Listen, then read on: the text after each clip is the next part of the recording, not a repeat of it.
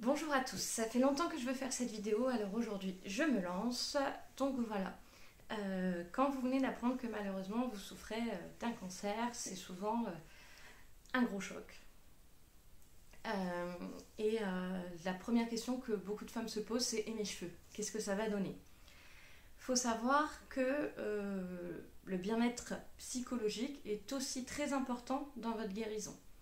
Donc il faut faire en sorte que vous vous sentiez bien vous. Si vous préférez rester sans cheveux, avoir une prothèse, une perruque, un chapeau, c'est votre choix. Il faut essayer de ne pas trop vous occuper du regard des autres. Prendre le temps de vous sentir bien, vous faire du bien. Je sais que c'est plus facile à dire qu'à faire. Souvent, on court partout et là, c'est d'un coup, on va de rendez-vous en rendez-vous. C'est le rendez-vous d'après, le rendez-vous d'après. Il y a aussi beaucoup de fatigue avec les chimios, les radiothérapies, des trous de mémoire, des choses comme ça, la peau qui s'assèche, la peau qui pèle, les soucis au niveau des ongles, tout ça. Souvent les gens ne sont pas informés de tout ce qui peut se passer. Mon rôle dans tout ça, moi, c'est d'essayer de vous accompagner au mieux. Donc quand vous venez pour le rendez-vous, j'essaye de vous guider vers des associations ou des choses que je connais pour vous aider à vivre ça au mieux.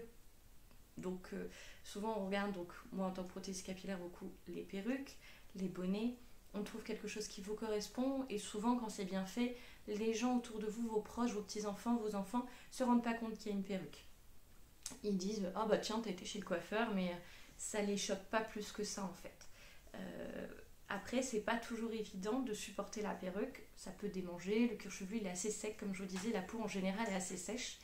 Il existe des marques de produits qui peuvent vous accompagner pour ce genre de problématiques, notamment même cosmétiques que je vends au salon. Ils ont une brume hydratante, des crèmes hydratantes pour les mains, la peau, le corps, des vernis riches en silicium, anti-UV qui vont vous protéger parce que vous devez aussi faire très attention à tout ce qui est UV.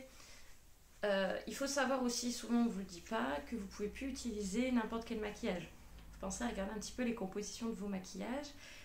Il y a certains composants en fait qui peuvent jouer avec vos médicaments et le but c'est pas que la chimio soit inefficace quand même ou de rattraper le cancer, que ça se redéclenche quelques mois après.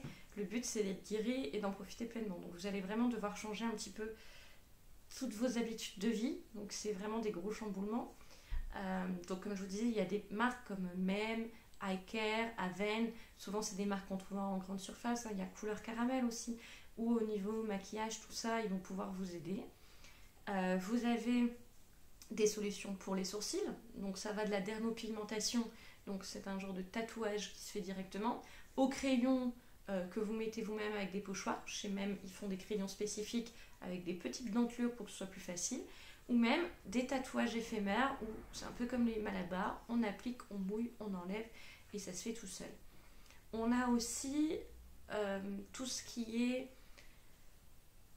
comment dirais-je, tout ce qui est au niveau du teint, parce que le teint a tendance à être un petit peu plus verdâtre, un petit peu plus pâle. Donc chez Mem par exemple, ça va être beaucoup des immunisateurs de teint, une bébé crème hydratante pour vous redonner un peu bonne mine. Je vous conseille pas d'investir dans une quantité de maquillage phénoménale pendant cette période, parce qu'il faut savoir qu'après la chimio, on a souvent le problème d'une chevelure qui n'est plus la même qu'avant. Ça peut être la couleur, ça peut être la texture.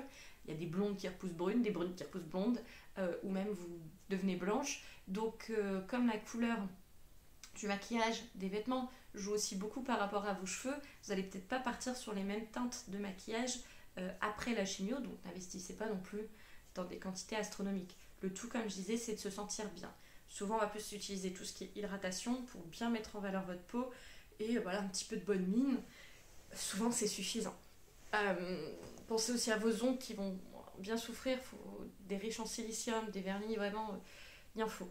Et faites attention, alors j'ai plus toutes les compositions en tête, mais en gros, les huiles essentielles, prends pas de risque, on n'utilise plus pendant la chimiothérapie. L'huile de chardon-marie, moi je sais que chez Oumaï on l'a dans le démaquillant lavable, dans le démaquillant solide, pardon, c'est interdit pendant la chimio. Alors souvent on vous dit pas toute la liste, je pense que ça doit pouvoir se trouver sur internet, mais En règle générale, on évite les huiles essentielles et après il y a toute une liste de produits où ça peut être compliqué. Ça peut avoir des interactions avec vos médicaments, mais des gammes aussi spécifiques existent pour vous accompagner dans ces moments-là. Au niveau des cils, il n'y a pas énormément de solutions. Si vous êtes en chimiothérapie, vous pouvez utiliser, c'est un liner magnétique et les cils viennent se cimenter en fait dessus, mais c'est pas utilisable en radiothérapie. Donc si vous êtes en radiothérapie, malheureusement, j'aurais pas trop de solutions à vous proposer. Un trait de crayon tout simplement, mais c'est vrai qu'on a moins de choix. En chimio, on a cette petite alternative pour ceux qui le souhaitent.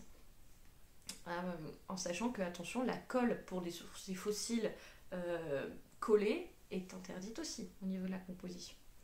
Donc voilà, évitez tout ce qui est parfum, essayez de manger sainement, essayez de vous mettre un petit peu à des sports doux, la piscine, le yoga, pour pas trop vous fatiguer. Souvent, il faut prévoir que 2 jours après la séance de chimio, on est vraiment KO, hein. C'est un peu fatigant, donc on se repose. Là, il fait froid, on se met devant sa cheminée avec un bon petit thé, et puis on prend soin de soi.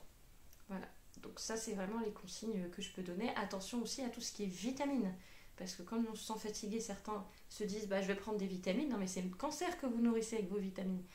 Si c'est pas l'oncologue qui vous le donne, on ne prend pas de vitamines ou de compléments alimentaires s'il vous plaît. C'est vraiment très important pour vous et votre santé. Donc voilà, après rien ne vous empêche d'être belle et d'être bien malgré le cancer. Et puis après on va penser à tout ce qui est après, parce que ça je le ferai dans une autre vidéo.